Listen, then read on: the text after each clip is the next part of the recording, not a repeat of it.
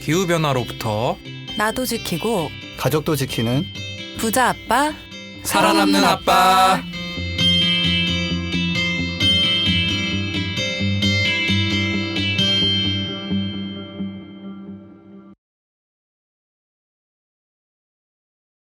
안녕하세요. 팟캐스트 부자아빠 살아남는 아빠입니다. 기후변화로 급변하는 경제산업구조 속에서 우리들의 가족도 지키고 재산도 지킬 수 있는 방법을 지금부터 알려드립니다. 네, 요즘 저희 주식, 비트코인, 이런 재테크 분야에 대한 관심이 엄청난데요. 저희 붓바살바에서도 이런 얘기에 대해서 한번 짚고 넘어가야 될 것 같아가지고, 그래서 오늘 먼저 전하는 말씀 들으시고 전기차 소식이랑 비트코인과 관련된 재밌는 환경 이야기 한번 얘기해 보도록 하겠습니다.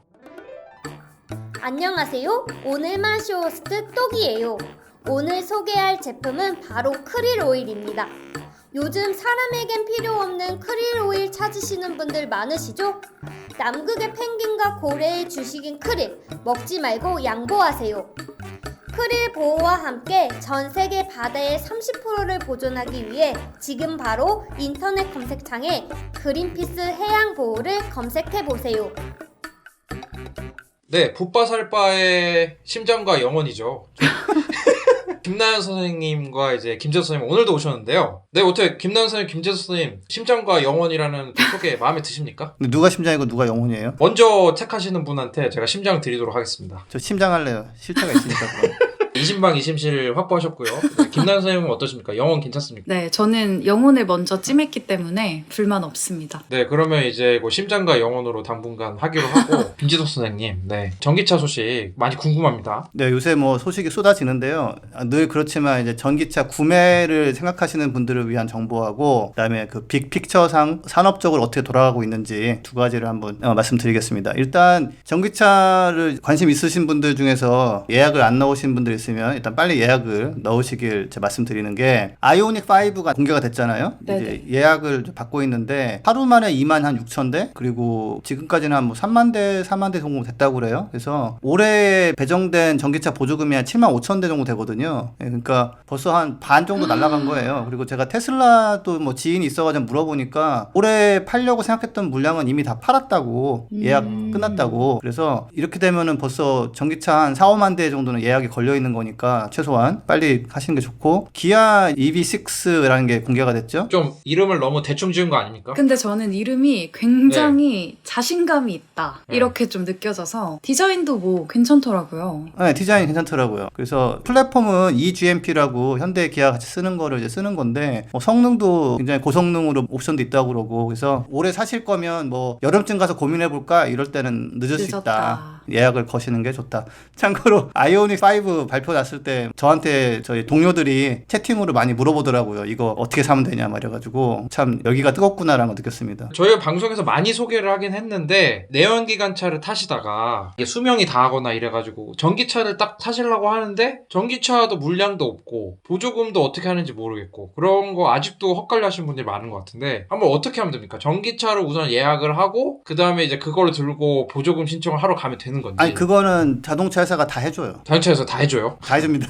그러면은 그냥 그 생각이 있을 때 바로 딱 가가지고 예약을 하는 게 정답이네요, 그죠? 그렇죠. 우리나라는 구조가 구매자한테 돈을 주는 게 아니라 자동차 회사한테 돈을 주는 구조예요. 미국 같은 경우는 내돈 내산을 한 다음에 나중에 세금 환급식으로 받거든요. 근데 이제 우리나라는 그냥 현대 차면 현대한테 주고 테슬라면 테슬라한테 주고 이러니까 서류 같은 거에 있어서는 차를 사는 사람이 할 거는 거의 없어요. 그러면 이제 예약을 해놓고 네. 근데 이제 지역마다 보조금이 쿼터가 있잖아요. 그렇죠. 그러면 그게 만약 다 소진되면 영업사원이 다 소진됐다고 얘기를 해주나요? 영업사원이 차 나옵니다 이제 하면서 신청할게요 하는데 전화해보니까 올해 끝났습니다 그러면은 소진됐으니까 안 사실 거죠? 이렇게 물어보는 거죠. 그러면 예, 안 삽니다. 그러면 끝. 그러면 이제 그게 보조금이 남아있는 다른 지역 사람이 그 차를 살 수도 있는 거고. 그거는 좀 어렵고요. 대신에 그 대도시 같은 경우는 리스를 하는 회사가 서울시 보조금을 가지고 차를 자기들이 구매한 다음에 그거를 다른 지역에 사는 사람한테 리스를 해주기도 하죠. 이래저래 빨리 예약을 걸어 놓으면 내가 내가 어차피 한 몇 개월 기다려야 되고 차를 받을 때쯤에 내가 살 마음이 있으면 받으면 되는 건데 문제는 여름 뭐 가을쯤에 사고 싶다 뭐 이렇게 해가지고는 그때는 내년을 기약해야 되는 거니까 예약은 빨리 하시는 게 좋다. 올해 전기차 보조금이 75,000대인데 아이오닉 5에서 이미 거의 절반이 나간 거죠. 그쵸. 올해 전기차 보조금 소진이 엄청 빠를 것으로 좀 예상이 되네요. 예, 차 나오는 대로 막 팍팍팍 없어질 거니까 제가 알아보니까 저의 동네 제가 사는 곳 군포시 같은 경우는 작년에 60대였는데 그래도 올해는 160대로 많이 늘렸더라고요. 그래서 뭐 2배 반을 높인 건데 서울시는 예전에도 5,000대인데 올해도 5,000대예요. 예전에는 사실 대도시는 시간 여유가 있고 좀 더 작은 지역 같은 경우는 여유가 없었는데 안양은 막 10대 이랬었어요. 안양시가 인구가 한 80만인가 그런데 그래서 열대. 예, 근데 올해 지역 균형 보조금 배분을 좀 했더라고요. 그렇게 되면 동시에 이제 서울시나 이제 좀 큰 도시는 예전에 비해서는 받기가 조금 더 어려울 수도 있죠. 인기는 늘어났고 보조금 대수는 그대로니까. 테슬라 같은 경우는 더 많이 기다려야 되는 거죠, 그죠? 차가. 그런데 신기한 게 제 지인 한 명이 설날에 주문했는데 3월 31일에 나온대요. 금방 나오네요. 되게 빨리 나오네요. 그래서 제가 그거 재고일 수도 있으니까 알아보라고 했더니 재고 아니라 2021년형 맞대요. 그래서 테슬라 같은 경우 배가 한번 떠서 오면 그러면 한 3,000대인가 뭐 이렇게 가져온대요. 그래서 와. 배가 한번 벌써 왔답니다. 그래서 테슬라가 한 3,000대 정도는 일단 가져가겠죠. 보조금을. 그다음에 이제 아이오닉이 막 나오기 시작하면 또 이제 이거 보조금 전쟁인데요? 그러니까요. 그렇죠. 게다가 또 현대 기아에서 출시를 하다 보니까 또 이제 전기차에 관심 없던 분들도 갑자기 관심이 늘어나는 것 같아요. 그래서 맞아요. 궁금한 게 저는 디자인이 되게 예쁘고 되게 좋거든요. 다만 이제 기아에서 EV6라고 이름 붙여가지고 이거 조금 이름을 조금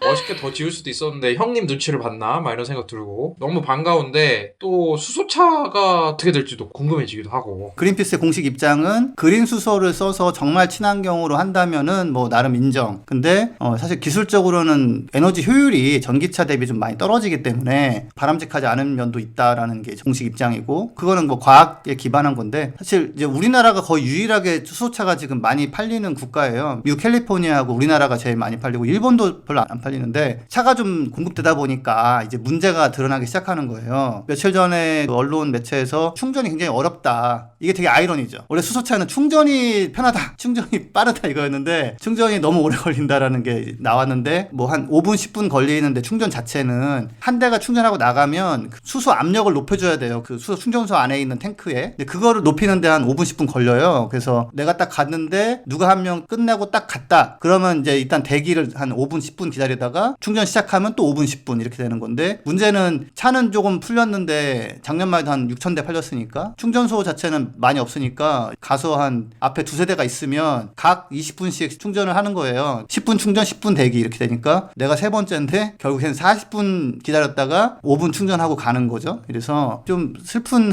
근데 거기다가 더 슬픈 건 뭐냐면 우리나라는 그린 수소 공급이 거의 제로예요. 그래서 그 지금 쓰는 수소는 그레이 수소거든요. 한마디로 화석 연료를 CO2를 내면서 나온 그런 거예요. 아니면은 그 CO2 팡팡 나오는 제철소에서 이렇게 약간 뭐 나온 거 쓴다든지. 그래서 친환경성이 사실은 떨어지는. 물론 전기차도 석탄 발전 뭐 이런 거 섞여 있어가지고 지금 상태가 아주 좋지는 않습니다. 근데 이제 수소는 좀 더한 면이 있죠. 왜냐면 아예 효율이 떨어지는 데다가 아예 천연가스를 개질한다거나 이런 식으로 하는 경우가 많아서 그래서 그레이 수소를 충전하기 위해서 보통 2-30분 정도 이동한 다음에 40분 대기, 5분 충전 이런 상황이라서 좀 불만이 지금 많다라는 뉴스가 하나 있고요. 저 궁금한 게 그 화석연료에서 만든 수소로 충전할 바에는 그냥 화석연료를 쓰지 이게 뭐 하는 짓인가. 지금 많은 정유업체들이 수소에 뛰어들잖아요. 그렇죠. 자기들의 이제 생존 방법으로 찾는 거죠. 약간 다른 거지만 코로나 때문에 PC방이 문을 닫으면서 그 PC방 PC를 한 달 동안 내지는 일주일 동안 임대해주는 사업을 하는 게 잠깐 있었어요. 오지를 못하니까 그럼 우리가 보내드리겠다. 어차피 뭐 와이파이는 다 집에 있으니까. 그래서 그런 식으로 정유사들이 그냥 천연가스를 팔면 사람들이 뭐라고 하니까 CO2 나온다고 CO2를 내면서 수소를 만들어서 요걸 갖다 팔아야겠다. 뭐 이런 식으로 지금 자기들은 막 하고 싶어 하죠. 이렇게 가스를 다루고 이런 건 자기들이 할 줄 아니까. 근데 지금 서울에서 검색을 해보잖아요. 수소차 충전소. 그러면 서울에 2개인가? 4개 있어, 4개. 네 개. 검색에는 안 잡혀도 양재 쪽에 문 닫았던 게 다시 열었어요. 그 아. 현대차 건데 그래서 4개인데 근데 서울에 4개잖아요. 좀 말이 안 되잖아요. 4대문도 아니고 게다가 또 가면 또 기다려야 되고 그러니까 앞에 원래 이론상 맨날 5분 그러니까 오케이 그럼 앞에 2대 있으면 각 5분씩 10분 그 다음에 나 들어가면 5분 끝 이래야 되는데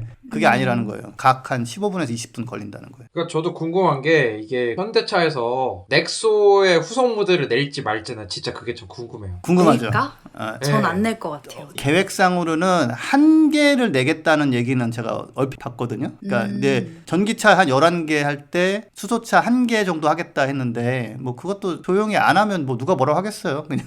그러니까 뭐 전기차 잘 만들면 되는 거 아닌가? 근데 또 이제 정부의 방향이 수소 경제니까 정무적인 판단이 있을 수도 있고. 그렇죠. 지금 정부 안에서 갑자기 그만하기에는 사실 지원도 많이 해줬단 말이에요. 이거는 자기가 띄운 기술에 자기들이 조금 애매해진 뭐 그런 상황이 아닌가. 어떤 분들은 이미 현대는 접을 생각하고 있다라고 하는데 이거는 또 그런 얘기 들었어요, 제가. 고민할 수도 있죠. 할까 말까 고민하고 기업이나 하는 거니까. 네, 배터리가 이렇게 좋을 줄 몰랐어 이러면서. 네, 그래서 자, 그래서 그런 상황이 있고 플러스 알파로 저는 이제 수소차의 친환경성과 뭐 에너지 효율이 안 좋은 것 때문에 이제 비판을 한 입장이지만 제가 사실은 뭐 팟캐 들어보시면 아시겠지만 정주행 해보세요. 뭐 한 7시 70시간이면 되니까 제가 거기서 한 번도 수소차의 기술 안정성이 나쁘다 이런 얘기 한 적은 없어요. 근데 안정성에 문제가 있어가지고 MBC에서 보도한 건데 차가 이렇게 밟아도 안 나가는 일이 종종 있는 거예요. 그러니까 멈추지는 않는데 가속이 안 된다거나 그래가지고 지금 289대인가를 조사해봤는데 오너들을 100명 이상이 나 그거 경험해봤다. 그래가지고 이게 진짜요? 그걸 참고 탄단 말이에요? 일단은 이제 그런 거죠. 그다음에 이게 자기 차에 문제가 있으면 잘 말을 못해요. 왜냐면은 그러면 중국 가격이 떨어지고 그러니까. 근데 이제는 더 이상 안 되겠다 싶었는지 아무튼 그게 취재가 됐어요. 그래서 진짜로 그 화면 보여주더라고요. 밟는데 차가 안 나가요. 그래가지고 또 하나는 그 뉴스 꼭지에서 예전에 투싼 연료전지 차를 이제 사신 분인가 봐요. 그분을 인터뷰를 하는데 이게 보증 기간이 끝났는데 그 연료전지가 작동을 안 하는 거예요. 그래가지고 근데 이제 수리하려고 알아보니까 연료전지 교체하는데 얼마일까요? 돌발 퀴즈 얼마일까요? 800 한번 불러. 800. 자. 1200. 1200. 자, 합치면 2천만 원이잖아요. 네. 3천만 원입니다. 와우. 수소 전지가 네, 그래가지고 그 오너분이 이거를 수리를 해야 되는지 그냥 차를 포기해야 되는지 잘 모르겠다. 포기죠, 그 정도. 그 정도는 포기죠, 사실은. 예, 그런 상황이다. 그래서 저희는 항상 전기차가 좋다고 에너지 효율면, 환경성 면에서 말씀드렸고 수소차는 그런 문제가 있다 현재로서. 예. 그래도 우리 그런 얘기 많이 드리긴 했지만 어쨌든 기아랑 현대가 이쁘게 또 전기차를 또 새로 만들었으니까 한국에 그쵸. 좀 많이 네. 팔았으면 좋겠어요. 그죠? 네네. 맞아요. 네. 넥소가 인기 있는 이유 중에 하나가 이게 SUV 스타일이라서. 예, 근데 이제 아이오닉 5도 그렇고 EV6 맞나? 예. EV6 전기차 6잖아요. 맞죠? 일렉트로닉 비클 뭐 다른 뜻을 또 붙였나요? 뭐 에너지 밸류 뭐 이렇게? 아니죠. 부르면서 항상 이게 정말 네 이름 맞니? 하면서 야, 좀 미안하다 야 하면서. 브랜딩을 그냥 하다 말았어. 예, 그래서 그것도 SUV 스타일이고 해가지고 아마 넥소에 대한 니즈나 갈증이 조금 가라앉지 않았을까. 사람들이 그런 기사의 밑에 이럴 줄 알고 나 안 샀지 이런 댓글도 있어가지고 사람들이 이제 수소차에 대한 기대가 있었고 좀 사봤는데 생각보다 이게 조금 타기가 어렵다. 내지는 단점이 좀 많이 있네. 이렇게 좀 알려진 것 같아요. 그러니까 해보니까. 알겠습니다. 네, 국내 전기차 소식도 너무 또 좋은 소식이 많아서 좋고 혹시 해외는 좀 어떻습니까 요즘? 폭스바겐이 저희가 항상 얘기한 게 뭡니까? 자, 2030년까지는 전기차량 100% 가는 게 좋다. 기후변화 대응 등등을 위해서. 그쵸. 이거 진짜로 사람들이 너무 모르는 게 우리가 계속 얘기를 하는데 특히 SUV 같은 거 좋아하는 사람들 있잖아요. 그 제규어 랜드로버가 전기차만 만들기로 한 거 이런 거 몰라. 그쵸. 저희가 항상 얘기하는 거는 과격한 거 아니냐 얘기 듣잖아요. 근데 폭스바겐이 전기차 목표를 2030년에 유럽 같은 경우 35% 팔겠다 하다가 3월 5일 날 갑자기 그 정도는 안 되겠습니다. 70% 하겠습니다 해가지고 2배로 늘려버렸어요. 하루아침에. 근데 이것도 한번 늘렸던 걸 또 늘린 거거든요. 저희가 봤을 때는 한 2, 3년 지나면 100% 할게요 이 얘기 나오지 않을까 싶고요. 그 다음에 미국이나 중국 같은 경우는 판매량의 한 50% 정도를 전기차로 하겠다라고 얘기를 했는데 지금 사람들은 이제 또 한 몇 년 지나면 또 올리겠구만 이렇게 지금 예상을 좀 하고 있습니다. 그래서 저희가 자동차 캠페인 할 때 뭐 전기차 100% 이렇게 얘기하면 말도 안 된다 이런 얘기 많이 들었는데 급진적이야 이랬는데 폭스바겐 이미 70%까지 왔으니까 70%에서 좀 더 늘리는 거는 그렇게 어렵진 않거든요. 이미 막 70% 갔을 때는 서플라이 체인 공급사들 막 다 잘 돼 있을 거라서 가고 있다. 진도가 좀 나가고 있다라는 거하고 폭스바겐이 또 한 며칠 전에 파워데이라고 해가지고 결국 이제 승분 났다. 그러다 그러다 보니까 이제 충전을 잘 챙기는 게 우리의 할 일이다. 그래가지고 배터리 가격 같은 경우도 50% 낮출 수 있을 것 같다라고 얘기를 했는데 여기서 좀 충격적인 거는 지금까지는 이 배터리 3사 우리나라가 꽉 잡았단 말이에요. 여기에 이제 중국의 뭐 CATL 정도? 근데 유럽도 가만 안 있는 거예요. 놀스 볼트라고 스웨덴에서 배터리 회사가 하나 만들어졌는데 거기 거를 갖다 쓰겠다라고 얘기를 좀 했어요. 거기가 재생에너지가 많아서 또 정가적 평가에서 배터리에 좀 낮출 수 있겠죠. 그렇고 또 좀 충격적인 거 또 하나는 동네 애들하고 놀 거야 라는 것도 있지만은 우리나라에서 미는 게 이제 파우치 배터리라고 딱딱한 케이스가 아니라 저래도 되나 싶을 정도의 납작한 주머니 같이 그거를 이제 각형 배터리로 바꾸겠다고 선언을 했어요. 근데 LG나 SK는 이걸 아예 안 만들거든요. 현재로서는. SDI는 이걸 좀 만들었었는데 SDI에서는 호재일 수 있지만은 일단 LG하고 SK는 지금 좀 우리 지금 파우치 배터리 열심히 지금 해놨는데 어떡하지? 약간 이런 고민이 좀 될 것 같습니다. CATL은 각형을 뭐 한다는 것 같긴 해요. 근데 우리나라 배터리 회사들도 좀 분발을 좀 해야 될 것 같다. 폭스바겐이 그런 것도 있겠죠. 배터리에 대한 주도권을 좀 가져가고 싶은 그런 것도 있고. 그런 것도 있겠죠. 저기 스웨덴의 놀스볼트 같은 경우는 지분도 샀대요. 그다음에 그 미니 아시죠? 미니 우리나라에서 좀 인기가 BMW 미니. 네. 미니를 2025년도에 마지막 내연기관차 출시를 하고 2030년부터는 전기차만 팔겠다라고 했습니다. 브랜드 차원의 이제 2030년 100% 전기차를 이제 하는 거죠. 그 다음에 또 뭐 재밌는 거는 미국 아리조나에 있는 전력회사가 솔트 리버 프로젝트. 이건 짠강 프로젝트라는 전력회사가 있는데 짠강. 네이밍 센스 왜 이래 도대체. 근데 여기서 전기차를 사는 우리 회사 고객들한테는 $1,000를 드립니다. 이게 사실 말이 되는 게 석유회사 고객을 전기로 끌어오는 거죠. 사실 전기차를 설치하면은 전기를 꽤 많이 쓰기 때문에 매출을 늘릴 수 있는 거죠. 데이터 요금제 뭐 이런 것처럼 아무튼 이제는 전력회사가 자동차도 커버하는 그렇게 돼가지고 이런 거 챙기고 나중에 뭐 한전이 전기차 하시는 분한테 100만 원 드립니다. 뭐 이런 날도 뭐 가능하다. 가봐야겠지만. 자, 그리고 아까 제가 그 파우치 배터리 폭스바겐이 버려서 조금 타격은 있겠지만 그래도 LG가 또 막강하거든요. 그래서 LG는 지금 테슬라하고 그 4680 셀이라고 해가지고 되게 뚱뚱한 그 셀이 있어요. 원통형 배터리. 그거를 생산을 하겠다. 약간의 리스크 투자 필요하지만 하겠다라고 해서 좀 논의하고 있다고 하고요. 그럼 테슬라가 파나소닉이랑 LG 다 맡기는 거예요? 그렇죠. 그러니까 자체 생산도 하고 그다음에 파나소닉에도 맡기고 그다음에 뭐 LG에도 맡기고 그런 식으로 얘기가 되고 있고 GM 같은 경우는 이제 LG의 의존도가 되게 높아요. 그래서 LG랑 지금 배터리 공장 이미 하나 지었는데 또 하나 설치를 좀 하려고 논의를 시작했다고 합니다. 이런 게 좀 안타까운 게 배터리가 우리나라에서 만들어져가지고 고용도 창출하고 수출도 되면 좋은데 이게 아무래도 뭐 무겁기도 하고 메이드 인 아메리카 뭐 이런 것도 좀 바이든 정부가 밀기 때문에 이래저래 자동차 공장이 있는 쪽으로 좀 가더라고요. 그래서 그런 고용면에서 좀 아쉽지만 그래도 어쨌거나 LG가 또 전 세계적으로 확장을 더 하고 있다라는 그런 뉴스가 있고 또 이제 뭐 그렇게 생각할 수도 있지만 대기업에 취업하는 또 한국 분들이 해외 가서 근무할 수도 있고. 그렇죠. 예. 또 이제 K 배터리를 또 그렇죠. 예, 현지 대비는 조금 그래도 대기업 직원이나 이런 경우 저도 그 생각을 해봤지만 해외 나가고 싶어하는 게 돼 있잖아요. 그래서 그렇죠. 그러니까 그런 분들한테는 또 이제 좋은 위상도 높이고 뭐 좋은 경험도 쌓고 그렇게 되고. 그래서 우리가 참 전기차 얘기 오늘 많이 했는데 사실은 그 보조금이 75,000대한테만 한국에선 주니까 그게 참 아쉬운데 혹시 김나연 선생님 같은 경우는 보조금을 안 준다고 하면 얼마 정도까지 김나연 선생님의 차를 사는데 투자하실 용의가 있으십니까? 제가 물론 면허가 없어서 그 자동차 가격에 대해 잘 감이 없는데 사실 보조금을 안 줄 정도가 된다고 하면은 전기차도 굉장히 가격 경쟁력이 있을 거다라는 생각이 들어서 한 5천만 원 정도까지는 괜찮지 않을까 싶어요. 와. 진짜 저 김나연 선생님 저희가 몰라 뵀습니다. 유지비도 별로 안 들고 유지비가 아니라 유지신 거 아니에요? 어디 유지? 하다 5천만 원 정도 보니까. 괜찮다. 예. 근데 저희가 보통 첫 차를 사는데 드는 비용이 한 2천만 원 정도? 초년생들이 아닌가요? 2천만 원 정도면은 산다 이런 거 아니에요? 근데 이제 전기차가 이제 보조금이 없으면 거의 한 그래도 4, 5천만 원인 거잖아요. 지금 좀 싸졌다고 해도. 요즘 뭐 가격 추이가 좀 어떻습니까? 많이 떨어지진 못하고 있고요. 결국 이제 배터리 가격을 좀 내려야 되는데 그거는 지금 테슬라도 그렇고 아까 4680 셀 그리고 코발트 어차피 니켈 이런 거 문제도 많고 근데 니켈도 공급도 잘 안 돼가지고 LFP라고 해가지고 인산철 배터리라고 해가지고 리튬하고 철이 주성분인 게 있어요. 그걸로 넘어가면은 지금 가격이 많이 내려갈 수 있을 거라고 보고 있습니다. 그래서 한 2, 3년 지나면은 지금은 제일 싼 게 한 4천 정도인데 3천만 원 초반대까지는 보조금 없이 그거는 가능할 것 같아요. 테슬라가 이미 2023년도에 내놓겠다고 지금 얘기를 했고 나올 것 같아요. 그거는 예, 한 3천만 원 초반대로. 좀 가격이 좀 많이 떨어져가지고 좀 보조금 상관없이 좀 살 수 있는 그쵸. 그런 좀 상황이 좀 왔으면 좋겠고. 예. 맞아요. 저희 붓바살바의 영혼이 아니라 이제 유지신 김나연 선생님께서 부담 없이 2대 사실 수 있는 때가 올 것 같은데. 근데 한 가지- 주시면은 네. 아 그래서 큰 그림.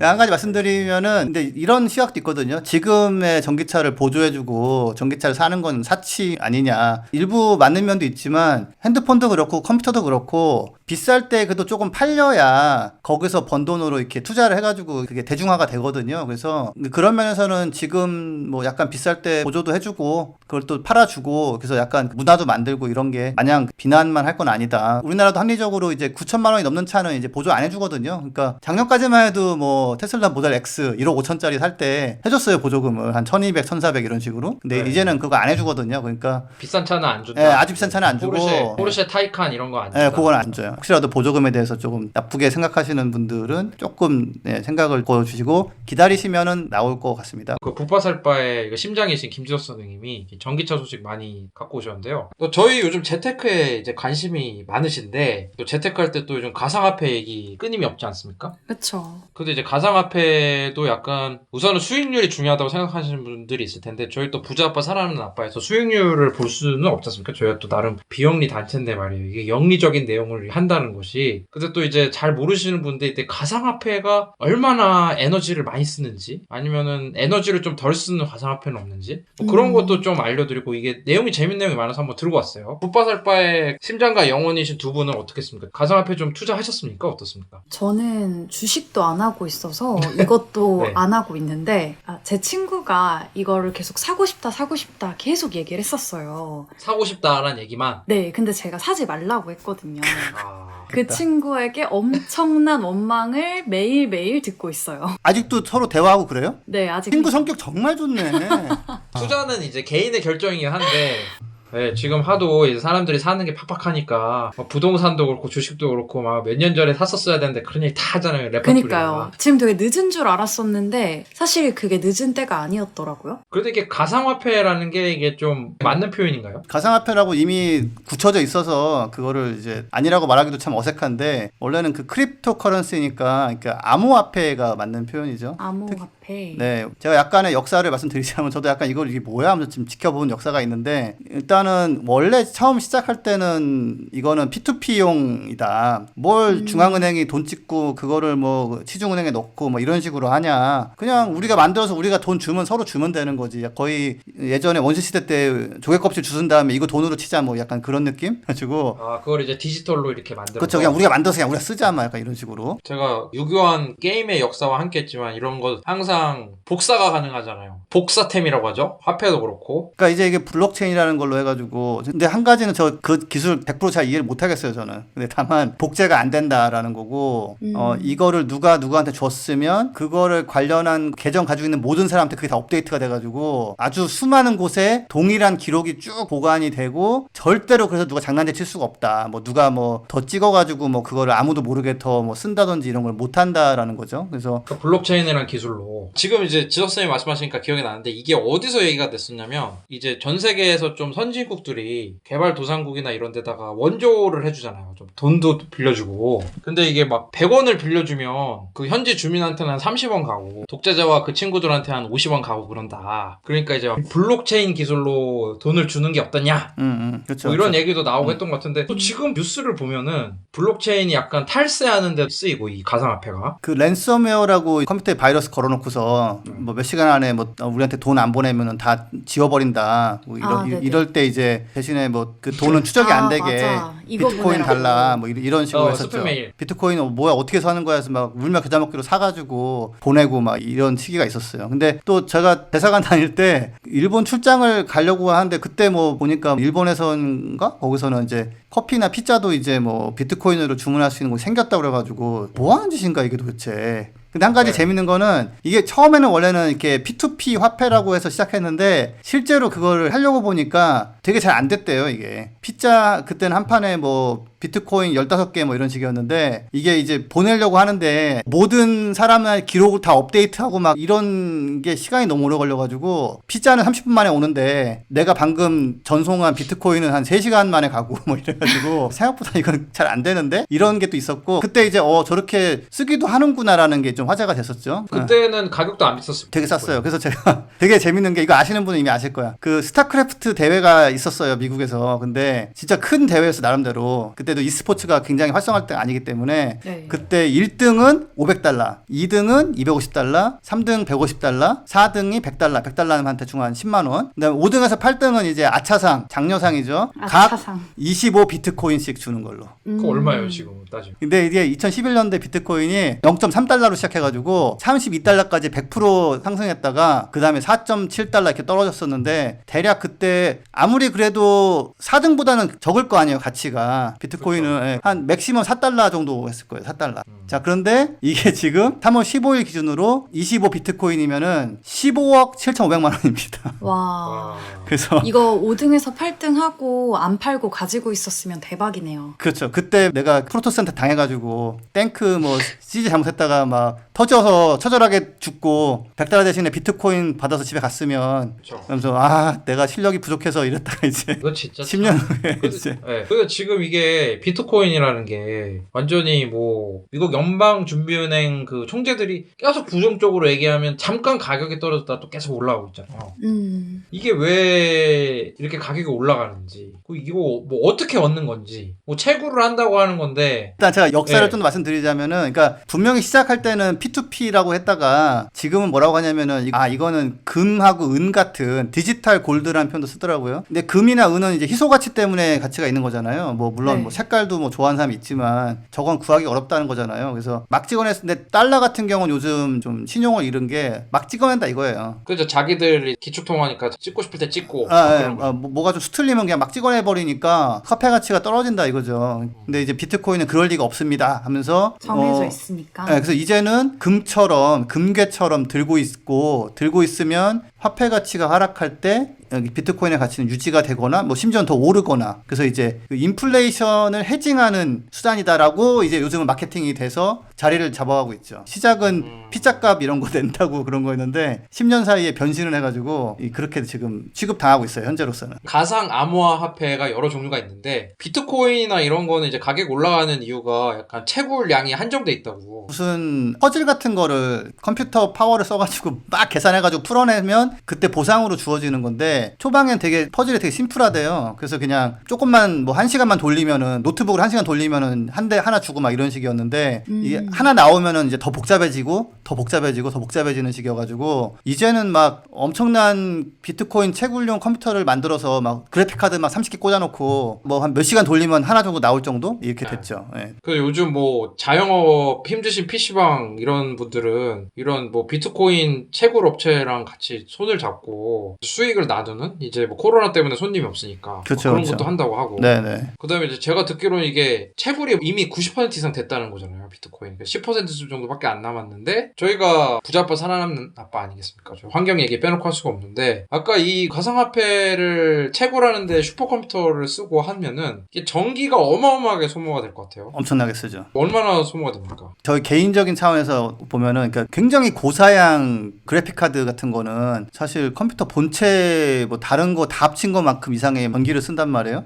저 같은 경우 사실은 게임기 사도 저사양을 살까 막 고민하는 게 전기를 너무 많이 써가지고 그래픽 카드가. 근데 이거는 비트코인 기계 보면은 컴퓨터에 그래픽 카드를 막 한 4개씩 꽂아놓고 막 그거를 주로 연결해가지고 쓴단 말이에요. 그래서 2018년도에 통계에 나온 거 보니까 아르헨티나 전체가 쓰는 전기를 비트코인 채굴에 1년에 써버렸다. 아르헨티나 전체에서 쓰는 전기만큼을 전 세계에서 이제 알 수 없는 이 코인을 캐기 위해서 쓰는 건데 김나연 선생님 어떻습니까? 좀 더 자세히 설명 좀 부탁드리겠습니다. 그 아르헨티나 전역에서 쓰는 전력량이 3년 전이죠. 2018년 기준으로 116테라와트 아워라고 해요. 근데 이게 지금 최근 기사에서는 또 이 전력 사용량 또한 넘어섰다라고 하더라고요. 그 케임브리지 대학 연구진에 따르면 암호화폐 시스템화폐가 여러 종류가 있지만 이제 비트코인이 가장 큰 부분을 차지하고 있잖아요. 이 비트코인을 채굴하는 데만 연간 121테라와트시를 사용하고 있다고 하고 이게 약 3,200만 가구가 사용하는 전력량과 맞먹는다고 합니다.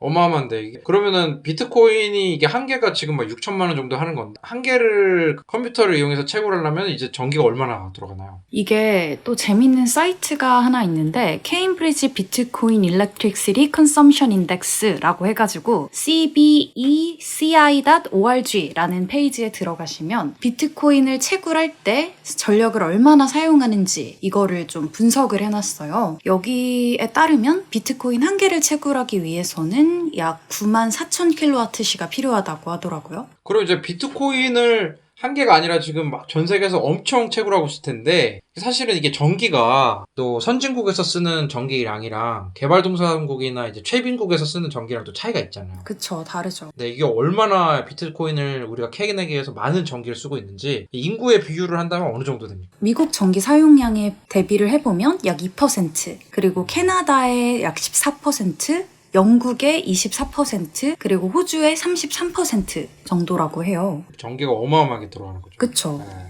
그리고 저도 이제 듣기로는 또 일부 국가들은 여기에 이게 전기가 안 그래도 부족한데 비트코인 채굴에 막 전기가 들어가니까 뭐 채굴을 금지하는 데도 있는 것 같고 뭐 그러면 또 사실은 비트코인 가격이 올라가겠죠? 그쵸. 아니 근데 이게 또 화제가 된 게 전기차로 기후변화에 대응하겠다고 했던 테슬라에서 엄청나게 많은 비트코인을 샀다고 또 얘기가 있어요, 그죠? 샀죠. 그래서 엄청 욕도 먹고. 글쎄요, 뭐, 예, 좀 욕하는 사람도 있는데, 그 전에 제가 말하고 싶은 거는 전기차 우리 해야 된다고 그러면 또 그런 얘기 많이 나오잖아요. 전기는 어떻게 할 거냐. 전기는 깨끗하냐. 예, 근데 아까 그 비트코인 하나 채굴할 때 94,000kWh가 필요하잖아요. 그 전기면은 전기차 26대를 굴릴 수가 있어요. 와. 그래서 와.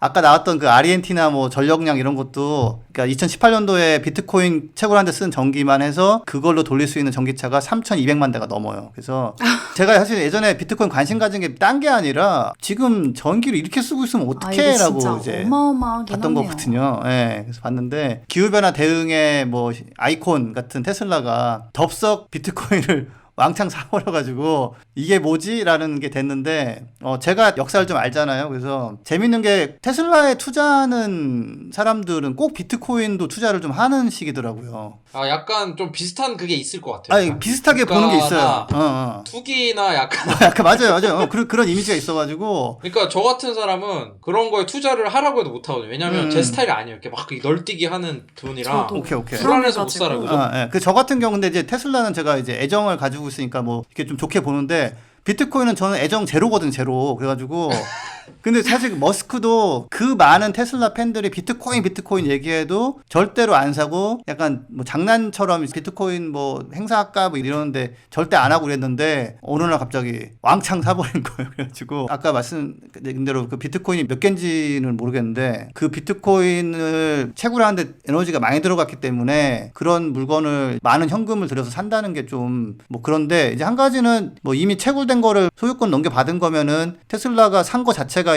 뭐 에너지를 많이 쓴 거는 아닌데 어쨌거나 그런 시장에 들어가지고 재화를 샀다라는 거는 참 저래도 되나? 그러니까 왜냐면은 또 투자자들 입장에서는 보면은 비트코인의 가치에 따라 또 회사 가치가 출렁출렁일 수가 있잖아요. 네, 변동성이 더 심해지죠. 근데 재밌는 거는 비트코인을 테슬라가 산 다음에 그때가 대충 한 3만 뭐 5천에서 4만 정도로 추정을 해요. 몰라요. 아무도 모르는데 네. 지금 한 6만 달러니까 2달 만에 값이 한 60에서 한 70% 이상은 오른 게 돼버리니까 재무적으로 이게 잘한 것이냐에서는 또 잘못했다고 하기 좀 그렇지? 뭐 이렇게 좀 돼버린 면이 있죠. 근데 좀 진짜 아쉬운 게 네. 이게 암호화폐라는 거를 종류마다 다르겠지만 대표적인 비트코인은 채굴할 때 전기를 많이 쓴다. 물론 전기를 재생 가능 에너지로 쓰면 좋겠지만 이거를 많이 캐는 개도기나 이런 데는 안 갖춰진 데서 이제 이런 채굴 공장이 많이 돌아가는데 그거를 참 김난 선생님이 이런 채굴과 이 환경 영향에 대한 보고서를 찾아보셨다면서요? 네, 이게 터키 유명 대학교 코자일리 대학교의 한 분과 또 다른 저자가 이제 공동으로 쓴 보고서인데 비트코인을 채굴할 때 들어가는 에너지가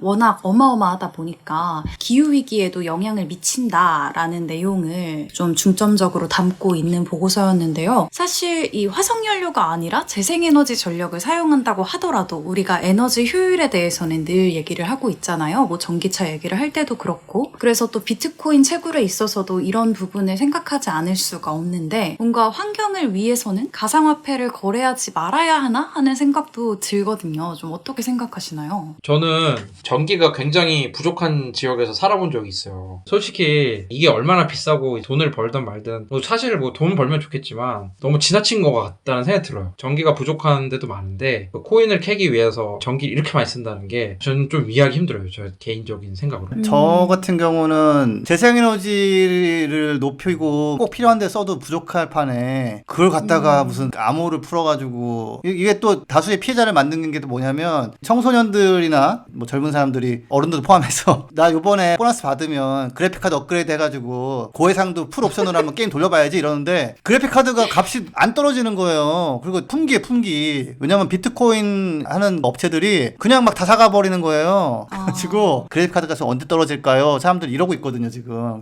와, 이게 재생가능에너지 전환한다고 해도 그거를 다 비트코인 모으는 데다 쓰고 그러고 있으면 참 이것도 문제인데 저희 그린피스도 일부 사무소에서 가상화폐를 후원으로 받는데 진짜?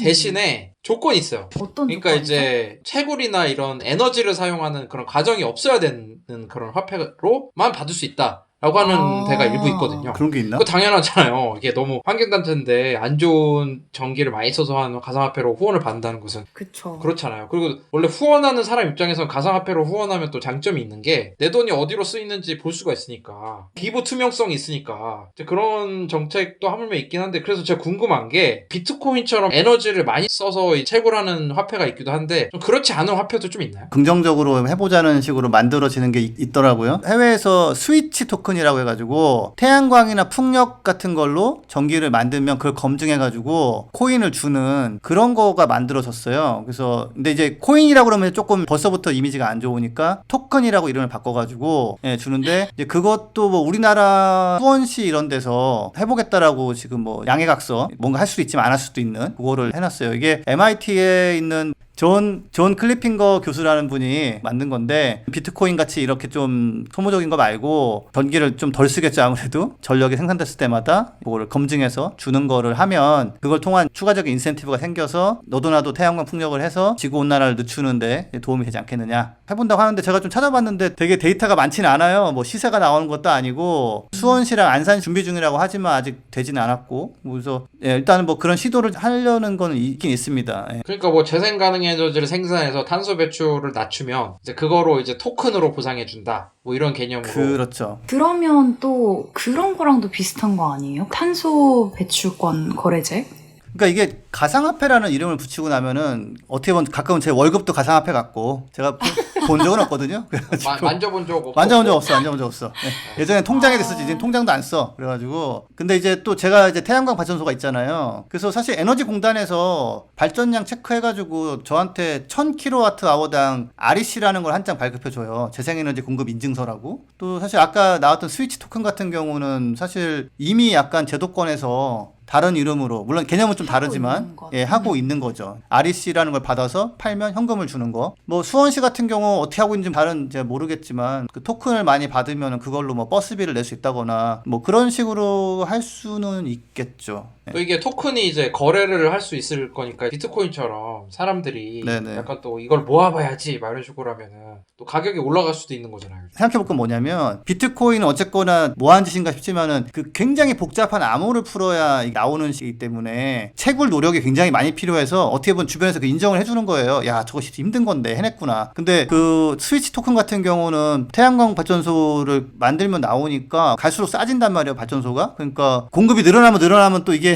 무한정 늘어날 수 있어서 그러면 사실 희소 가치라는 건 떨어지잖아요. 희소 가치를 뭐 높이는 그런 자산이 아니라 그 지역 내에서 지역 화폐처럼 쓰는 식으로는 되겠지만 또 이제 비트코인과 좀 다른 의미가 되겠죠. 그렇게 되면. 워낙에 가상화폐가 인기기도 하고 재생 가능 에너지는 좀 늘리는 거를 좀 속도를 내고 싶으니까 이런 거를 또 MIT 교수님이 그렇죠. 예. 이제 그쵸. 개발하신 것 같아요. 그죠? 그만큼 또 탄소 배출을 이제 감축하는 게 또 쉽지가 않은 거잖아요. 그게 사실은 비트코인의 비트코인에 암호를 푸는 것보다 더 어려운 문제일 수 있잖아요. 왜냐면 정치권도 움직여야 되고. 오늘 나온 뉴스에서는 이 인도에서 전력 사용 때문에 그런 건지 모르겠지만 지금 구도가 누군지도 모르겠는 정부가 발행하지 않은 화폐 같은 게 지금 금, 은 취급을 받으면서 세상을 좀 흔들면서 그게 흔들어 놓는 게 뭐냐면 정부가 찍어내는 화폐란 말이에요. 아이 그 화폐 그거 가지고 뭐해요. 그냥 이거 비트코인 들고 있어요. 이런 식으로 돼가지고 중앙은행과 비트코인 세력과의 약간 다툼 같은 게 살짝살짝 보이는데 인도에서는 지금 어젠가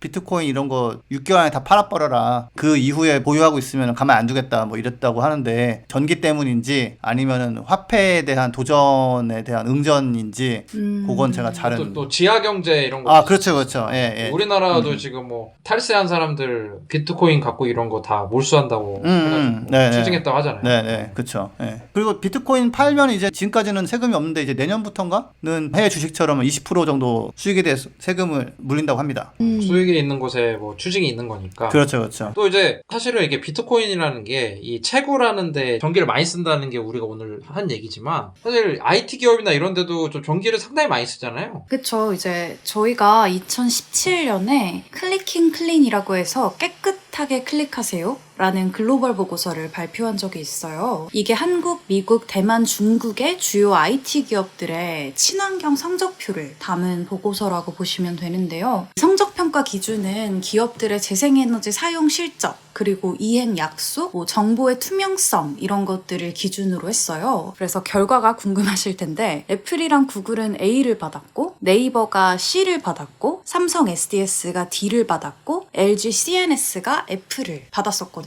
그때 궁금한 게 왜 굳이 IT 기업인가? 아무래도 그 데이터 센터를 가지고 있잖아요, IT 기업들은. 그래서 뭐 화석연료나 또 원자력 발전소 에서 나오는 그런 전기들을 많이 사용을 하고 있는데 그 대신 이제 태양광이나 풍력 같은 재생에너지 전기를 사용해라 라는 캠페인의 일환이었어요. 쿨 IT 캠페인이라고 진행이 됐었는데 서울에서는 더 이상은 진행하지 않고 있죠. 저희가 이제 삼성에서 이제 그런 약속을 했으니까 맞아요. 재생에너지로 한다고.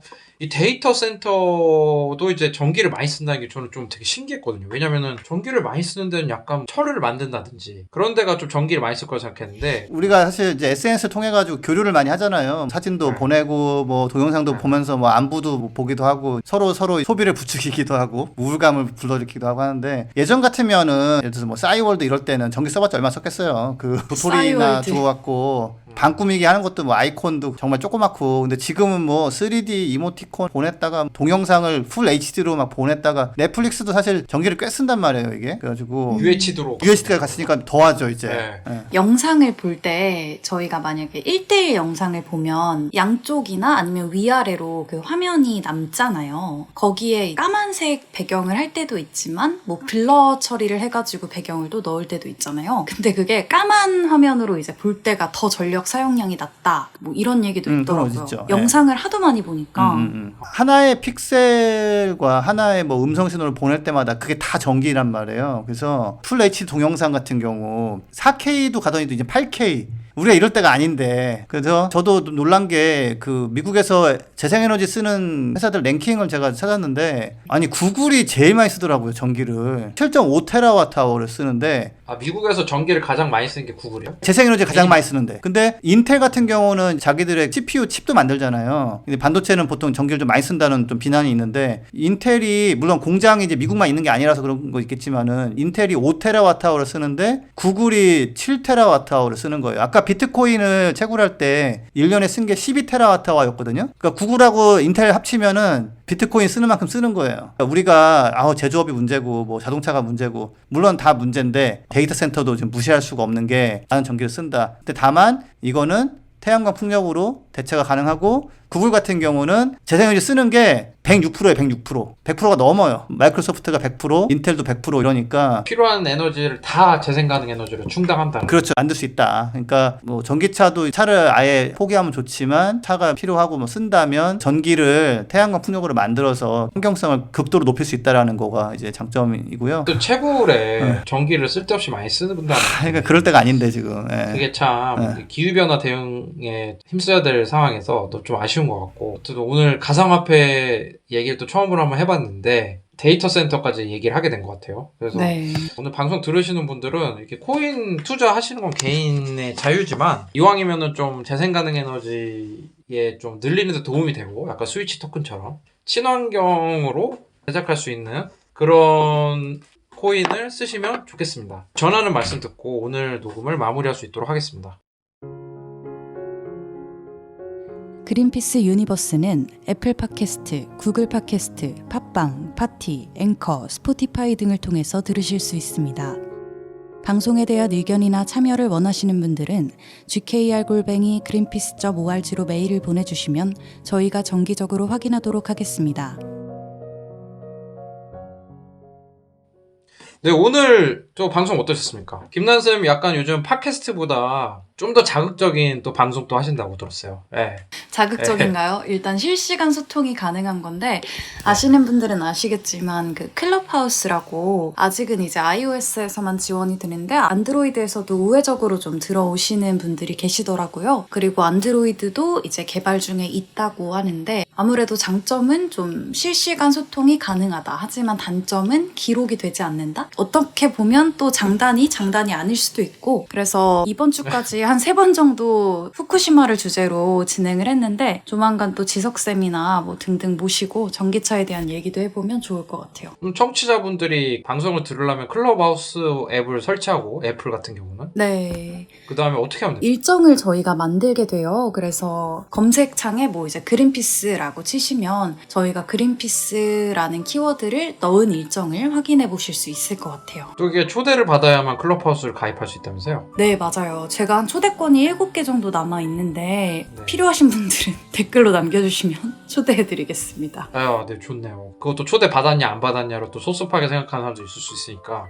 댓글로 남겨주시면 저희 김난수님께서 되는 대로 초대를 한번 할 수 있도록 하겠습니다. 네, 오늘 방송 함께 해주신 이제 부자 아빠 살아남는 아빠의 그 심장과 영혼 김수석 김난수님 감사합니다. 감사합니다. 감사합니다.